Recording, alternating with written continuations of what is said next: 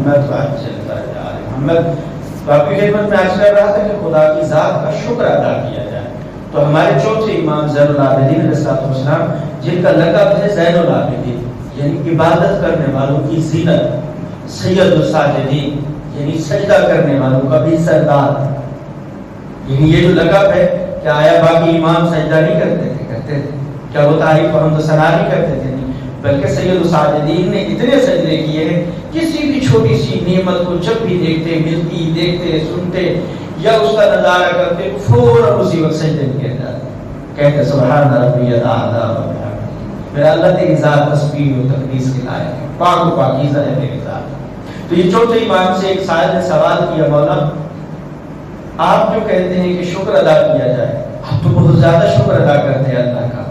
تو امام فرماتے ہیں کہ ہم کبھی بھی میں سجاد کوشش کر کے چاہ کر بھی اللہ کی کسی ایک نعمت کا بھی شکر ادا نہیں کر سکتے. وہ کون کہہ رہا ہے اس جملے کی آپ معنویت کو یا اس کے لطف کو اندازہ آپ لگائیں کہ خود چوتھے امام فرما رہے ہیں کہ میں خدا کی کسی ایک نعمت کا بھی شکر ادا نہیں کر سکتا. مولا آپ کا نام زین العابدین, آپ عبادتوں کی بھی زینت ہے, عبادت کرنے والوں کی بھی زینت ہے, آپ سجدہ کرنے والوں کے خود سردار ہیں, اور آپ فرما رہے ہیں کہ اللہ کی کسی ایک نعمت کا بھی شکر ادا نہیں کیا جا سکتا. تو مولا نے کہا مولا وجہ اس کی کوئی ریزن ملت کوئی وجہ اس کی. تو مولا فرماتے ہیں کہ اس وجہ سے کہ ایسا ہے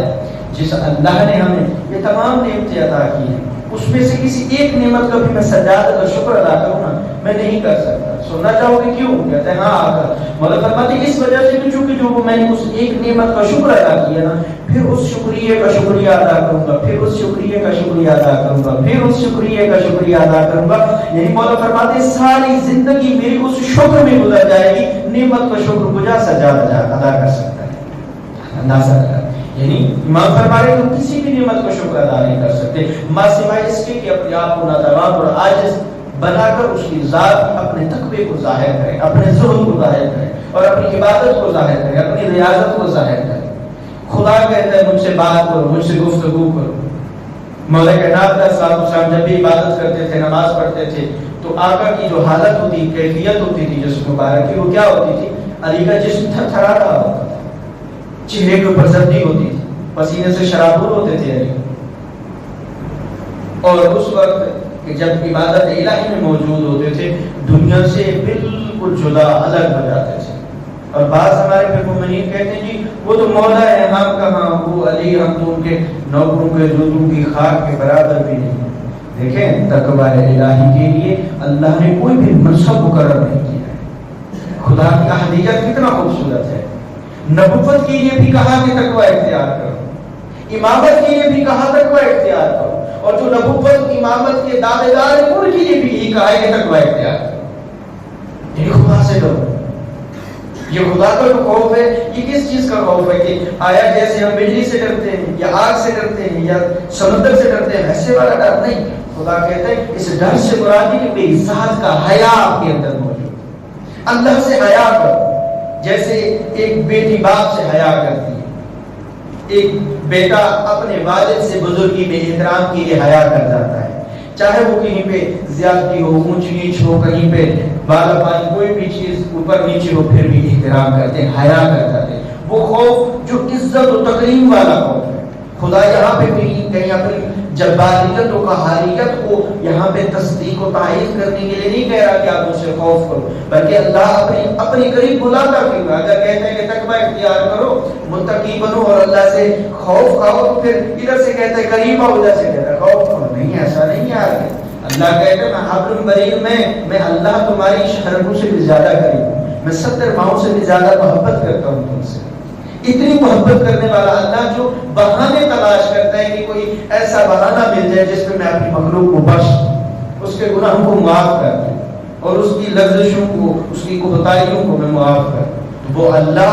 ہمارے لیے جہاں پہ اپنے خوف کو بار بار تقوی الہی, بار بار تقوی الہی کی ہمیں ہدایت کے لیے بھی کہتا ہے اور اس پر عمل کرنے کے لیے بھی کہتا ہے. تو اس کی وجہ کیا ہے؟ یعنی انسان تقوی الہی کے بغیر ایسا ہے جیسے کھوکھلا, جیسے ایک لکڑی کو آگ کے اندر ڈال دو رات بن جاتی ہے, اس کا کوئی وجود نہیں ہوتا ہے. تو وہ انسان بھی جو بغیر تقوی الہی کے اس دنیا میں اللہ کی نعمتوں کا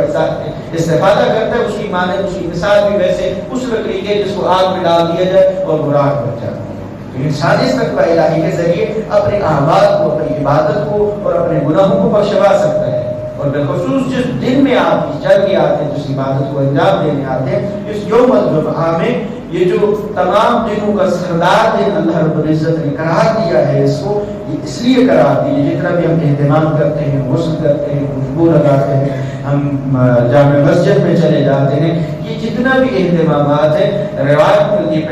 پیغمبر فرماتے ہیں جب تم جو جمعہ کی یوم جمعہ کے لیے تم جب ارادہ کرتے ہو، اور اس وقت سے لے کر جب تک تم جمعہ کے اہتمام میں اپنے وقت کو گزارتے رہتے ہو، ہر لمحہ آپ کے لیے عبادت رہتا ہے، آپ کے نامہ اعمال پہ وہ نیکیاں درج ہوتی رہتی ہیں جتنی دیر تک آپ اس جمعہ کے اہتمام میں مشغول اور مصروف رہتے ہیں۔ تو یہ جو اتنی ہر ایک چھوٹی چھوٹی جگہ پہ اللہ نے اتنے بڑے بڑے اجر رکھے ہیں، کیوں؟ اس کی وجہ یہ وہ چاہتا ہے کہ آپ کو بخشے۔ کیوں؟ کیونکہ امت محمدیہ کے لیے خود ایک روایت میں کا مطالعہ فرما رہا تو بہت عجیب سا ایک تعجب ہوا کہ بروز محشر ہر نبیوں کی، تمام انبیاء کی صفحے لگی ہوئی ہوئی، عجیب سا ایک لطف ہے اس جملے میں، تمام انبیاء کی صفحے لگی ہوئی ہے، ہر نبی اللہ کے کرم کی پناہ مانگے گا، ہر نبی یہی کہے گا میرا اللہ مجھے اپنے کرم میں پناہ عطا کر، مجھے اپنی زیارت و دیدار کا شرف عطا کر۔ ہر نبی، حالانکہ 1,41,000 انبیاء آئے ہیں، وہ کم نہیں ہے، تمام انبیاء خدا سے اس کے لطف کی بھیک مانگ رہے ہوں، تمام انبیاء، لیکن جو ہمارے نبی ہیں ختمی مرتبہ حضرت محمد مصطفیٰ صلی اللہ علیہ وسلم،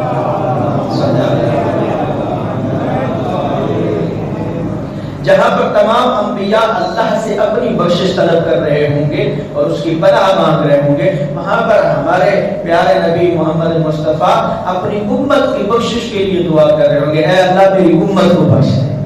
وہاں وہ اپنی بخشش اور خدا کی پناہ نہیں بلکہ اپنی امت محمدیہ کی بخشش کے لیے خدا سے التجا کریں گے۔ تو یہ جو تمام مراحل ہیں، یہ جو تمام منصب ہیں، یہ جو تمام عظمت اور شرف اللہ نے آپ کو امت محمدیہ کو عطا کیا، اپنے عقائد کی حفاظت کریں، کہیں پر بھی ہم اپنے ایمان کے ساتھ اپنی خواہشات کو دین کے اوپر مقدم کر کے عقائد کو خراب نہ کریں، ہرگز بھی نہ کریں، کیونکہ ہمارے یہ اعتقادات، دیکھیں اللہ رب العزت نے جب انسان قبر میں جاتا ہے تو کیا ہوتا ہے؟ تقوی الہی پوچھا جاتا ہے، آپ کی نماز روزے پوچھے جاتے ہیں، ہر چیز کا ایک درجہ بندی ہے، لیکن سب سے پہلے اس میں جو مراحل ہیں، سب سے پہلے آپ کے عقیدے کو پوچھا جائے گا، من رب ہوگا، تیرا رب کون ہے، یہ عقیدہ توحید ہے۔ پھر یہاں پر میں کیا کہوں کہ جیسے میں جس خدا کو جس حساب سے میں جانتا ہوں، میں مانتا ہوں، میں چاہتا تھا یا میں غلف و تقسیم کرتا تھا یا تقسیم کرتا تھا، اسی طرح سے خدا کو میں اظہار کروں گا نہیں، بلکہ اس کی یکتائی کا اظہار کرنا پڑے گا۔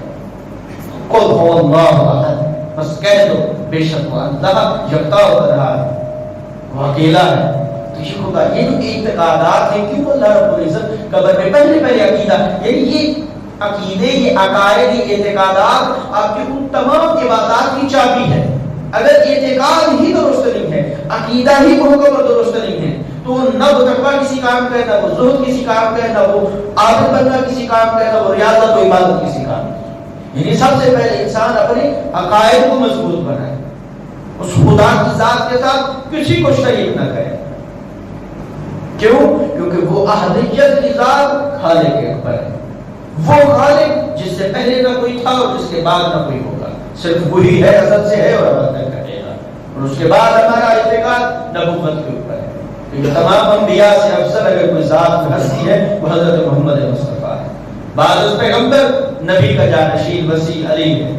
جس کی عزت و عظمت کے برابر بعد اس پیغمبر کوئی بھی نہیں ہے۔ افضل و اعلیٰ ہے وہ علی، جس کو اللہ بھی دوست رکھتا ہے اور اس کا پیغمبر بھی دوست رکھتا ہے، اور آدم سے لے کر خاتم سے پہلے تک جتنے بھی انبیاء ہیں تمام نے مولا کائنات علیہ السلام کی ولایت کو بھی قبول کیا ہے، ان کی امامت کو بھی قبول کیا ہے۔ تو یہ شرف جو آل محمد کو اللہ نے عطا کیا ہے، ہمارے لیے آسانی پیدا کی ہے کہ اللہ رب العزت نے آل محمد اس دروازے کو ہمارے لیے نمونہ حسنہ قرار دیا ہے، نمونہ عمل قرار دیا ہے تاکہ ہمارے لیے آسانی پیدا ہو۔ یہ نہ ہو کہ ہم اس طرح کی اعتقاد کا اظہار کریں وہ جی سلیمان تھے، وہ جی کمبر تھے، وہ ابو ذر تھے، تو وہ ہم کہاں کا نہیں ہے ایسا۔ میں نے پہلے بھی عرض کیا کہ تقوی الہی کے لیے اللہ رب العزت نے کسی منصب کو مقرر نہیں کیا ہے، کہا تمام کے لیے جس جو میری مخلوق میں شامل ہے اس کے لیے یہ چیز سزاوار ہے کہ وہ کیا کرے، تقوی الہی کو اختیار کرے، وہ متقی بنے، وہ ہدایت کو حاصل کرے، وہ ہدی للمتقین والوں کے صف میں شامل ہو، ہدایت حاصل کرنے کی کوشش ضرور کرے۔ صلوات پڑھیں آدھے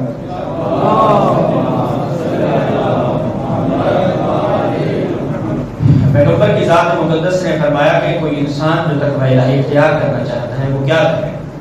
پیغمبر کی مسند محفل میں جتنے بھی لوگ تھے تو انہوں نے کہا کہ یا رسول اللہ رب العزت نے جہاں تقوی کا حکم دیا ہے، تقوی کو کیسے اختیار کیا جائے، کیا ایسا عمل کیا جائے، کون سی ایسی عبادت کی جائے، انسان کون سے ایسے احکامات کے اوپر عمل کرے جہاں وہ خدا کے قرب کو حاصل کر سکتا ہے، تقوی الہی کو اختیار کر سکتا ہے۔ تو پیغمبر فرماتے ہیں تقوی الہی کو حاصل کرنے کے لیے سب سے پہلی چیز یہ ہے کہ انسان اپنے آپ کو ریاکاری سے محفوظ رکھے، یعنی جتنی بھی آپ کی عبادت ہے کل مرکز محور جو ہے نا وہ کس کے اوپر ہے کہ انسان کو خلوص نیت کے اوپر ہے۔ اگر اس میں ایک سوئی کی نوک جتنا برابر بھی اس میں ریا شامل ہو گیا تو پھر اصلاً اس جو وہ رستہ ہے اس رستے پہ اس پٹڑی پہ نہیں چڑھ پائے گے۔ پیغمبر کیا فرمانا چاہ رہے ہیں کہ تقوی الہی کو حاصل کرنے کے لیے انسان یہ جو دکھاوا ریاکاری جو ہے یہ ظاہر نہ کرے، یعنی اپنے آپ کو کہیں پر وہ چاہے صدقہ دے رہا ہو، نماز پڑھ رہا ہو، والدین کے اوپر رحم کر رہا ہو، بچوں کے اوپر رحم کر رہا ہو، یا کسی کے ساتھ نیکی کر رہا ہو، کسی یتیم غریب کی مدد کر رہا ہو، کچھ بھی کر رہا ہو، وہ اس وقت کرتے وقت چونکہ وہ ایک ایسا لمحہ ہوتا ہے کہ جہاں شیطان اتنی تیزی سے حملہ کرتا ہے کہ آپ پیغمبر فرماتے ہیں کہ انسان تصور ہی نہیں کر سکتا، اگر اس کے سامنے اس کے آنکھوں کے ظاہری پردوں کو ہٹا دیا جائے تو وہ شیطان کی اس تیزی کو اگر دیکھ لے تو خدا سے پناہ مانگے کہ اے اللہ اس تیزی سے بھی مجھے پناہ عطا کر۔ یہ کوشش ہر طرح امکان یہ ہوتی ہے کہ اس بندے کو کہیں نہ کہیں اس نیکی سے اول اس کا حملہ یہ ہوتا ہے کہ اس کو اس نیکی سے روک دو، پہلی بات یہ کوئی اس نیکی کی طرف جائے اور اس کا ارادہ جو ہے وہ کیا ہو جائے، تبدیل ہو جائے، اس ارادے سے ہٹ جائے، پہلی چیز۔ پھر دوسرا حملہ کیا کرتا ہے، دوسرا حملہ یہ کرتا ہے کہ اس کے اندر وسوسے ڈالتا ہے، خیالات، یعنی کیا مثلا کسی کی مدد کرنے لگا ہے، پتہ نہیں یار مستحق ہے نہیں ہے، پتہ نہیں میرے جائز جگہ پہ لگ رہے نہیں لگ۔ ایک مثال دے رہا ہوں، اس طرح سے ہٹ کے اور بھی کوئی وسوسے ہو سکتے ہیں، میں ایگزامپل دے رہا ہوں۔ یعنی اس کے اندر کیا کرتا ہے، اس کے ذہن کو مشوش کرتا ہے، تشویش ڈالتا ہے کہ کہیں یہ اس رستے سے بھٹک جائے۔ دوسرا کام، تیسرا کام کیا کرتا ہے، پیغمبر فرماتے ہیں تیسرا حملہ وہ کیا کرتا ہے، دل کے اوپر کرتا ہے، یعنی اس کے دل کو کیا کرتا ہے، سخت کر دیتا ہے، شکی کر دیتا ہے اس نیک کام کی طرف جانے سے، یعنی اس کے اندر یا اس راستے کے اندر کوئی نہ کوئی رکاوٹ یا کوئی نہ کوئی ایک ایسی تدبیر اس کے ذہن میں، اس کی روح میں، اس کے دل کے اندر ڈال دے گا کہ اس کا دل اس کام کے ارادے سے تبدیل ہو جائے گا، یعنی کمزور ہو جائے گا۔ اور پھر کہا کہ یا رسول اللہ یہ جو کمزوری یہ دل ہے اس کو اگر ہم پختہ کرنا چاہیں پھر کیا کریں، پیغمبر فرماتے اپنے ایمان کو جب تک تم مضبوط رکھو گے تمہارا دل کبھی بھی تمہارے ایمان کے اوپر مقدم ہو کر تمہارے دل کو کمزور نہیں کرے گا۔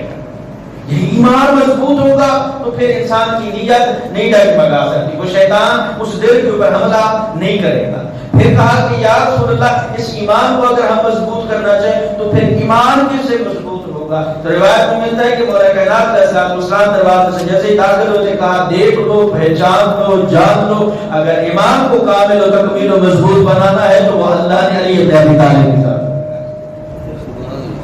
کوئی مرکز محور کا اگر وہاں پہ اس تک الہی کی بنیاد کے اوپر آئے تو پھر ولایت علی کا مرکز ہے، اس ولایت علی کے مرکز کے ساتھ کہ جو دل کے ایمان کو مضبوط کرتا ہے، ایمان کی مضبوطی کے ساتھ دل مضبوط ہوتا ہے، اس دل کی مضبوطی کے ساتھ انسان کا ارادہ قوی ہوتا ہے، اور اس قوی ارادے کے ساتھ انسان کی فکر و سوچ پختہ ہوتی ہے، اور اس سے وہ انسان اپنے اعمال کو پختہ کرتا ہے، اور اس پختہ اعمال کے ساتھ پھر وہ حدت المتقین والے متقیوں کے اندر شامل ہو جاتا ہے۔ تو یہ ہو گیا پہلا سطح۔ پھر پیغمبر نے کیا فرمایا، پہلی چیز کیا ہے، ریاکاری سے انسان اپنے آپ کو محفوظ رکھے۔ پھر آگے کیا فرمایا، پیغمبر فرماتے دوسرا عمل یہ کہ تقوی الہی کو اختیار کرنے کے لیے کہ انسان جب تقوی الہی کو اختیار کرنا چاہتا ہے تو پھر جب جس بھی عبادت کو انجام دے اس کے اجر کی توقع نہ رکھے،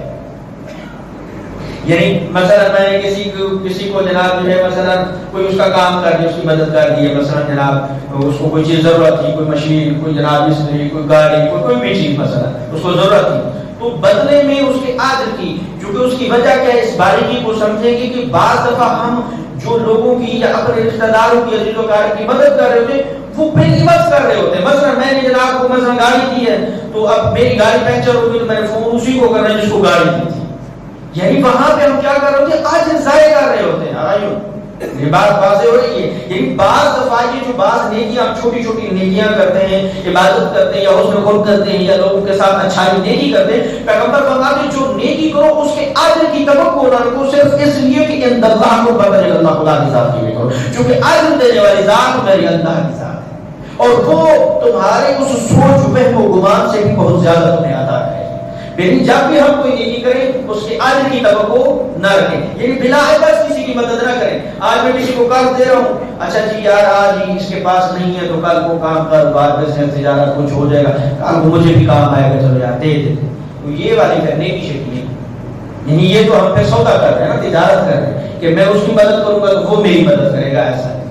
یعنی بلا اجر جو ہے جس کی بھی مدد کریں گے، بلا لوز اور بلا اجر جو ہے انسان کسی کی بھی جو ہے وہ مدد کرنا چاہے وہ اس عنوان سے کرے. دوسری چیز، تیسری اور آخری چیز، پیغمبر سے پوچھا یا رسول اللہ تک میں الہی کو اختیار کریں، کیا ایسا عمل جو ہے کام یا کوئی جو ہے کسی چیز کو انجام دیں گے جس سے ہم تقوی الہی کے راستے کے اوپر کامزن ہو جائیں گے. تو پیغمبر فرماتے ہیں کہ اگر تقوی الہی اختیار کرنا چاہتے ہو تو سب سے بڑی اور عظیم چیز یہ ہے کہ کبھی بھی اپنے اعمال سے، اپنی زندگی سے، اپنے کاموں میں جب تک زندہ ہو، جب تک سانس لے رہے ہو، اپنی آخری سانس تک یاد خدا میں اپنے ہر لمحے کو گزارو تو تقوی الہی کو اختیار کرو.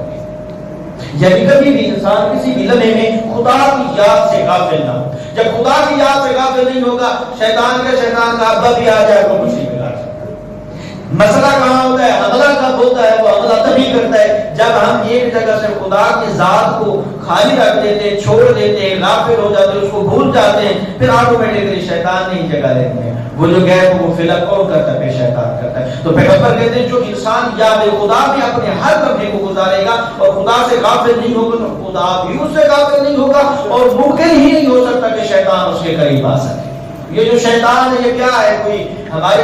آپ کی طرح کوئی جسامت و شکل کچھ بھی رکھتا ہے. اللہ رب العزت کہتے ہیں کہ شیطان انسان کا وہ ارادہ ضعیف ہے جو اسے خدا سے دور کرتا ہے، وہ شیطان ہے. اب وہ ضروری نہیں ہے کہ وہ شیطان آ کے بہکائے یا انسان خود اپنے آپ کو شیطان بنا کے اپنے لیے جہنم کا ایندھن اکٹھا کرے، وہ کوئی فرق نہیں پڑتا. لا بینہما فرق، کوئی ضروری نہیں ہے. اگر میں شیطان والا کام کروں میں خود ہی شیطان ہوں. اب اس شیطانی کام سے میں مثلا اولاد کے اندر رہ رہا ہوں تو اولاد کو بھی میں شیطان بنا رہا ہوں. میں اگر بیوی کے ساتھ کچھ غلط کر رہا ہوں تو میں بیوی کو بھی شیطان بنا رہا ہوں. یعنی اس میں ہر انسان کے ہر عمل کے اندر کوئی شیطانیت موجود ہوتی ہے. اس کے عمل کے اندر وہ کافر نہیں ہوگی جب تقوی الہی کے ساتھ خدا کی یاد سے انسان غافل نہیں ہوگا. جب تک اس کی ذات کو یاد رکھے گا، اس کی تسبیح و ذکر و تقدیس کرتا رہے گا، اللہ رب العزت کہتا ہے کہ پھر میں تمہاری عبادت کروں گا، تمہارے ایمان کی بھی، تمہارے کردار کی بھی، تمہاری گفتار کی بھی، تمہاری زبان کی، تمہارے اعمال کی. پھر میں اللہ ضمانت دیتا ہوں کہ پھر تمہیں کسی بھی جگہ پہ میں ننگوہار کا باعث نہیں بننے دوں گا، بلکہ میں اللہ تمہیں عزت بخشنے والا ہوں اور تمہیں نعمتیں عطا کرنے والا ہوں. اے لوگو آگاہ ہو جاؤ کہ میں اللہ تمہارے لیے ہی نعمتوں کو عطا کرتا ہوں، اس لیے تاکہ تم میری نعمتوں کا شکر ادا کرو اور میں اللہ کی احادیت کے ساتھ، میرے ذکر کے ساتھ اپنے وقت کو گزارو، نہ کہ اپنے دنیا کے ان مشہور فضول کاموں میں کہ جس سے میں اللہ کی یاد تمہیں جو کام بھلا دے وہ پھر انسان کا یا رحمان کا کام نہیں ہے بلکہ کس کا کام ہے، شیطان کا کام ہے. یعنی جو بھی چیز ہمیں خدا سے دور کرتی ہے وہ شیطانی چیز ہے. تو انسان کا آج کے ہمارے اس درس کا کل خلاصہ مرکز نتیجہ جو ہے وہ کیا ہے کہ انسان تقوی الہی کو اختیار کرے. تقوی الہی اختیار کرنے کے لیے ریاکاری نہ ہو، خالصتاً خدا کے لیے کرو، کیونکہ اس نیکی کو جس کو خالصتاً آپ اللہ کی رضا کے لیے کریں گے، خدا کی ذات کی قسم ہے حقیقت جانو کہ وہ اعمال انسان کے لیے اتنی نعمت اور اتنی اہمیت رکھتے ہیں، اس کی اہمیت کو اس وقت جانو گے جب اس جان ہونے کی حالت میں ہو، جب آپ کی روح قبض کی جائے.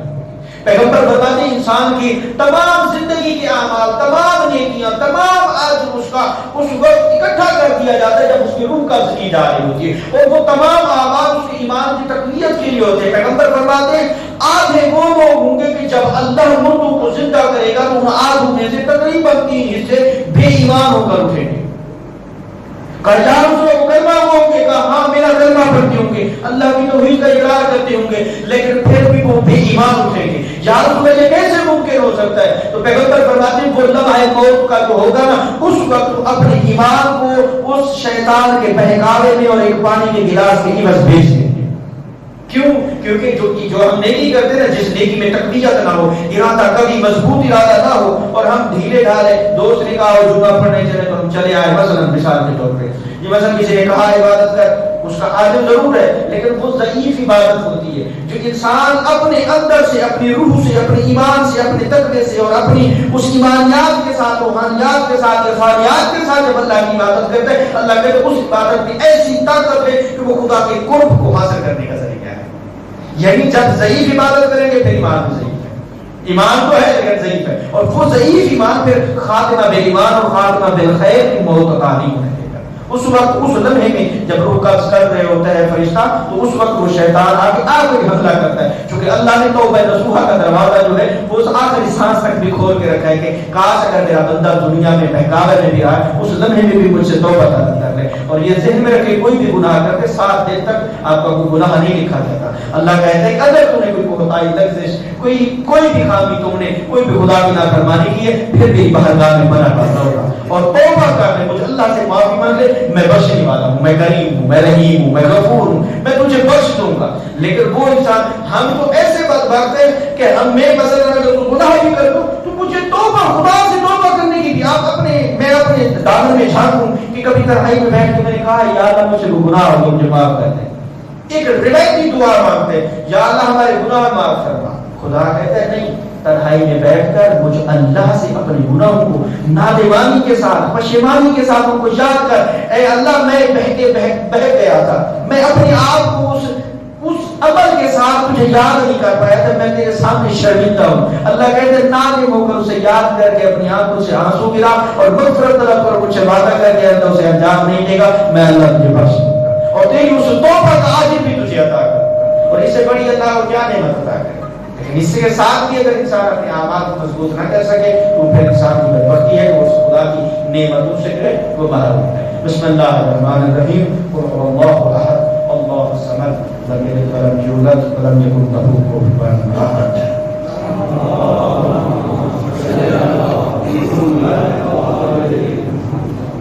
بسم اللہ الرحمن الرحیم،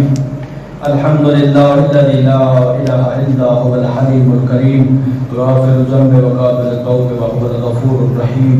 سبحان من سبقت رحمته